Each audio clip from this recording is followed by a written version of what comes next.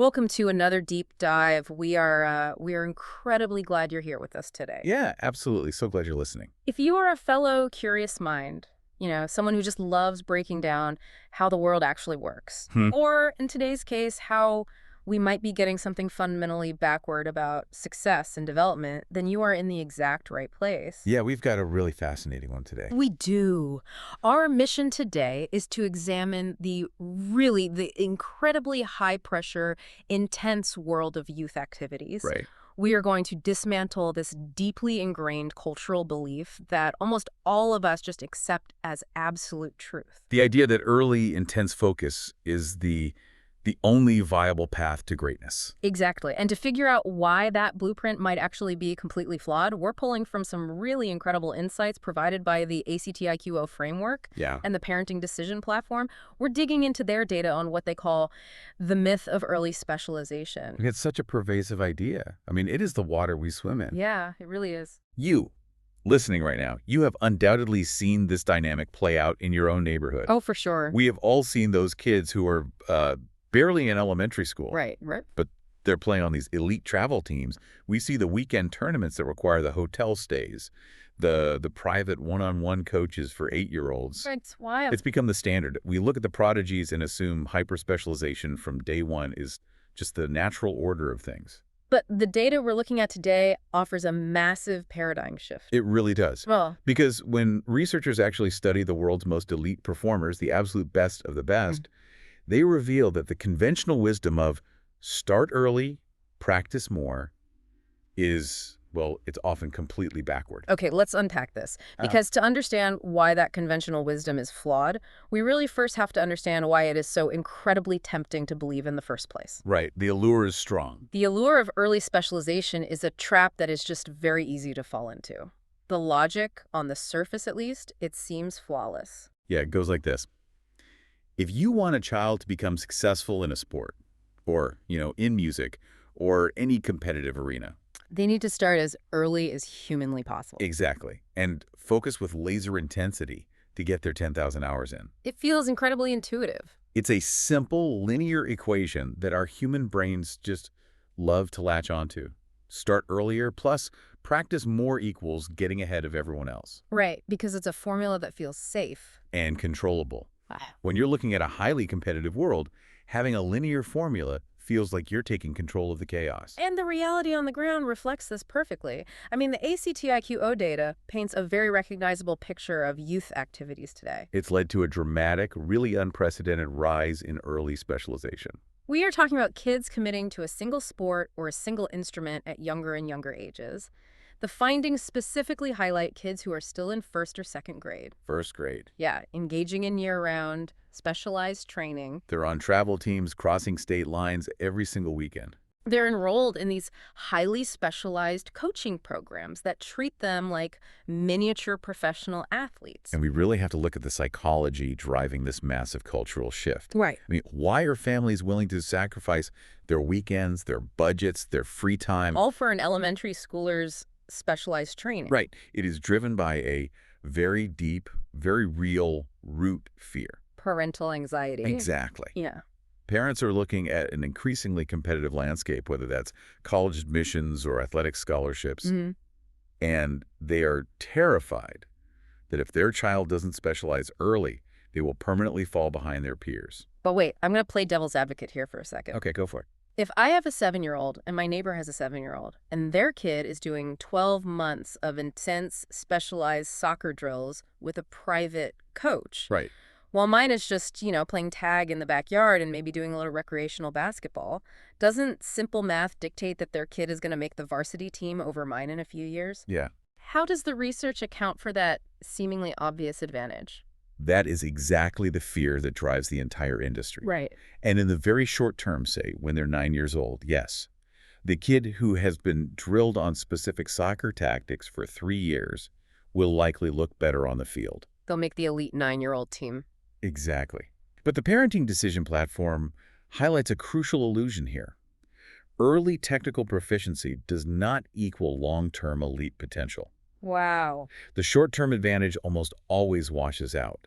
In fact, That early head start often becomes a developmental ceiling. A developmental ceiling. So if early specialization is actually a trap that creates a ceiling, what exactly are the eventual Olympic medalists or the concert pianists doing with their weekends when they are 8 years old? They are doing something researchers have defined as a sampling period. A sampling period. Yeah.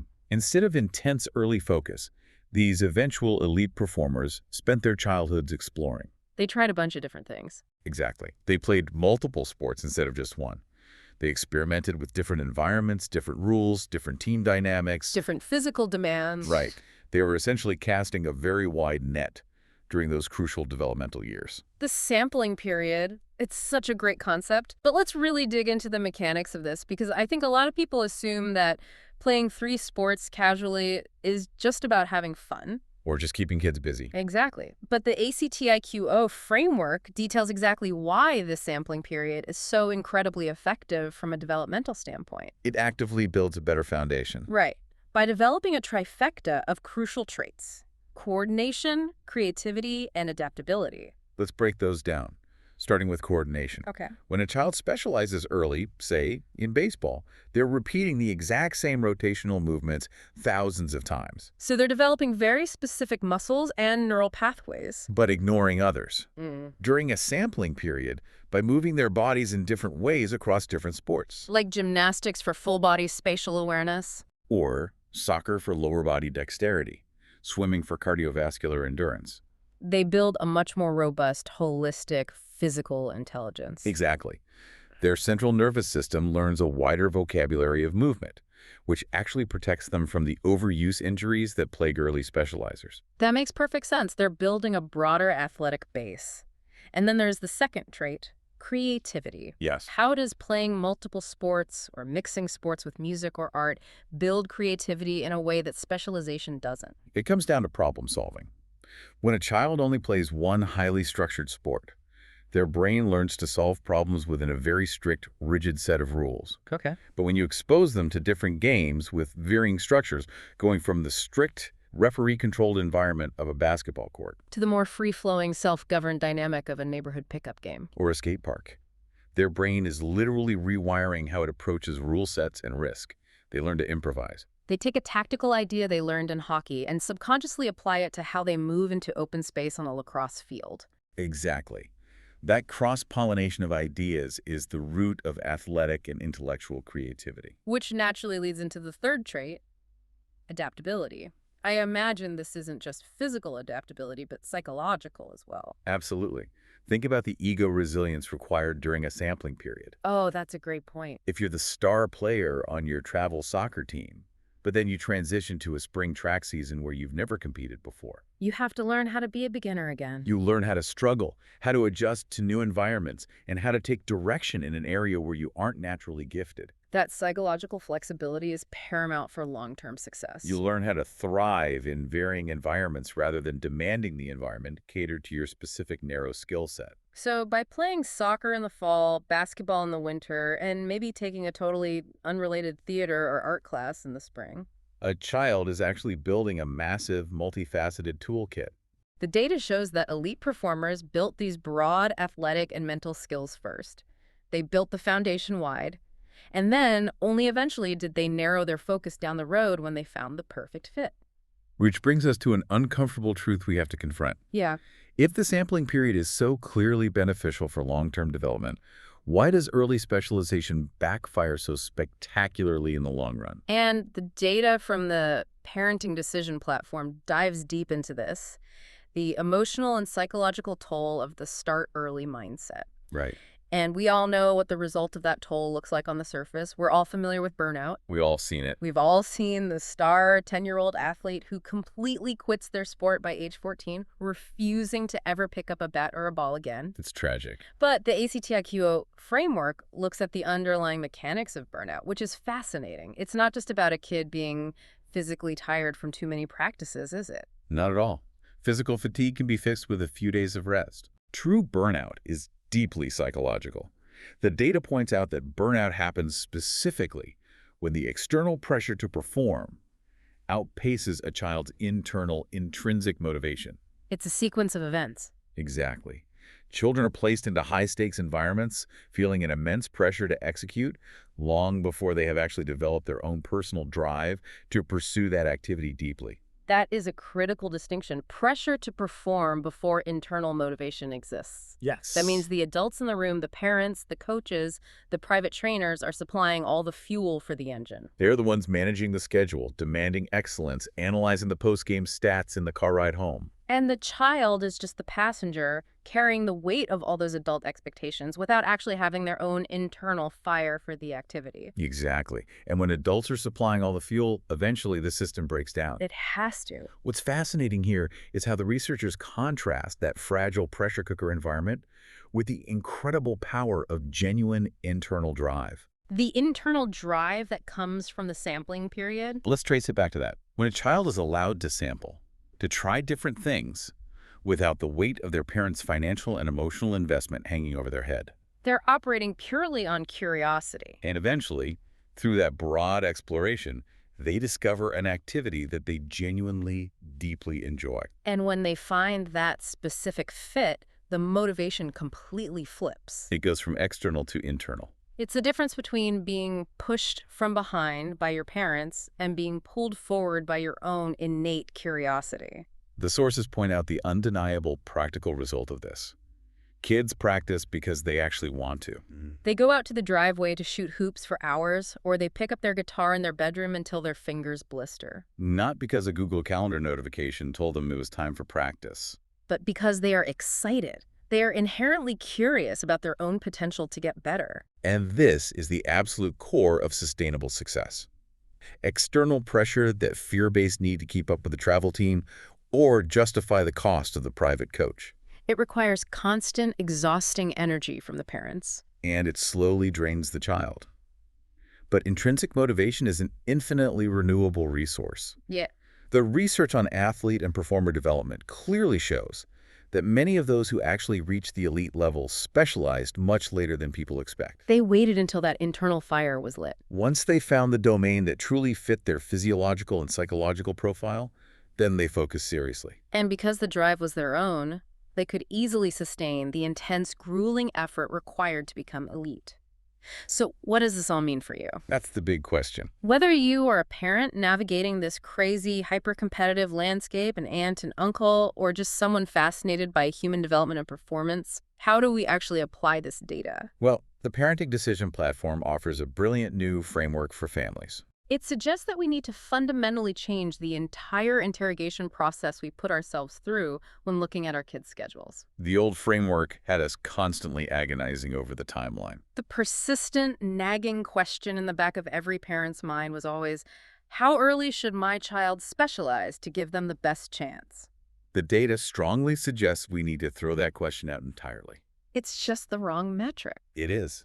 The researchers suggest replacing it with 3 far more vital, illuminating questions. Let's look at those. Question number 1. Is my child still enjoying this activity? It sounds so incredibly basic. But in the heat of competition, and after spending thousands of dollars on gear and travel, we completely forget to ask it. We really do. Question number 2. Is it helping them grow and build confidence? Notice it doesn't ask if it's making them a champion or getting them a scholarship. Right. It asks if the environment is building them up as a resilient human being. And question number 3, which ties right back to our burnout discussion. Or is it becoming something they feel pressured to continue? Those 3 questions immediately shift the focus from future hypothetical anxieties to present observable realities. And this is exactly where the philosophy behind ACTIQO comes into play. That's spelled ACTIQO. And pronounced ACTIO. ACTIQO. The platform is specifically designed to help families actively and intentionally reflect on their children's activities using this exact new mindset. ACTIQO is essentially championing data-driven parenting. But to be clear, this is not the kind of data that tracks goals scored or batting averages or piano competition trophies. No, they are looking at the metrics that actually dictate a child's well-being and long-term engagement. The platform encourages families to step back and observe 4 specific data points across all of a child's activity. Time investment, financial cost, energy levels, and overall enjoyment. By tracking those specific elements, parents are empowered to look at the actual return on investment, the ROI of an activity. You stop operating on autopilot. And start looking for what the ACTIQO philosophy calls signals. The ACTIQO platform doesn't just say, watch your kid. It asks you to weigh the inputs versus the outputs. Let's give a concrete example of how that works. Sure. Let's say you are tracking that elite travel soccer team. You look at the data. It is costing you $5,000 a year. It is eating up 15 hours a week of practice and driving and taking up your entire weekend. Those are your inputs. Then you look at the outputs, the energy signal your child is giving off.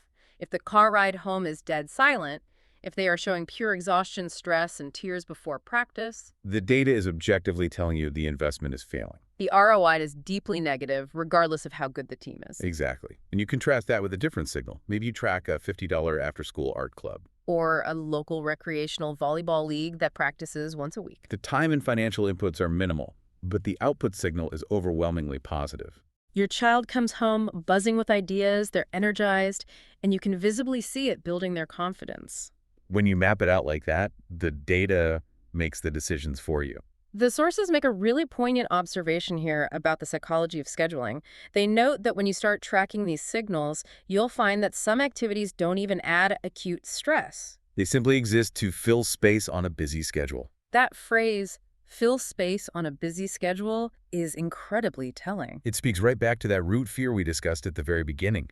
We fill the space with structured activities because an empty schedule feels like a parenting failure. It feels like we are letting them fall behind the kid next door. We view free, unstructured time as wasted potential. But the ACTIQO approach, which you can explore more at ACTIQO.com, helps families confidently trim the fat. It gives you the permission, based on real, tangible observation of your child's energy and enjoyment, to let go of the things that are just taking up space. Draining your wallet. Or causing unnecessary pressure. Because at the end of the day, understanding those signals is the key to making thoughtful, intentional decisions about how children spend the very limited, very precious hours of their childhood. Which brings us to the big takeaway of our deep dive today. If you remember absolutely nothing else from our analysis of this data, remember this. The evidence unequivocally challenges our deepest cultural assumptions about achievement. True. Lasting success rarely, if ever, comes from doing one activity earlier and more intensely than everyone else. That linear equation is the myth. The reality is that true, sustainable success blossoms from exploration. Yeah. It comes from intentionally allowing a sampling period. It comes from discovering the environments and activities that genuinely spark curiosity and intrinsic motivation. Which is the only real armor against premature burnout. It's about letting the foundation build wide before you force it to build tall. And before we wrap up today, I want to leave you with a final thought to mull over. We've spent this entire deep dive looking at data regarding youth sports, childhood development, and how kids navigate high-pressure activities. But think about how deeply ingrained this specialize early and grind myth is in our entire culture, far beyond childhood. If the world's most elite performers reach the absolute pinnacle of their fields, not by locking in early, but by permitting themselves a broad, exploratory sampling period, where might you need a sampling period in your own adult life? That's a great question. If you feel intensely pressured to lock into a single career trajectory right now, or if you are feeling the early stages of professional burnout, what might happen if you permitted yourself to cast a wider net? What if you spent some time exploring different environments and building broad skills until you found the path that sparked your own genuine, sustainable internal drive? Something to really think about. Thank you so much for joining us on this deep dive into the source material. We hope you walk away feeling a little less pressured, a little more curious, and ready to embrace the power of a wider foundation. We will catch you next time.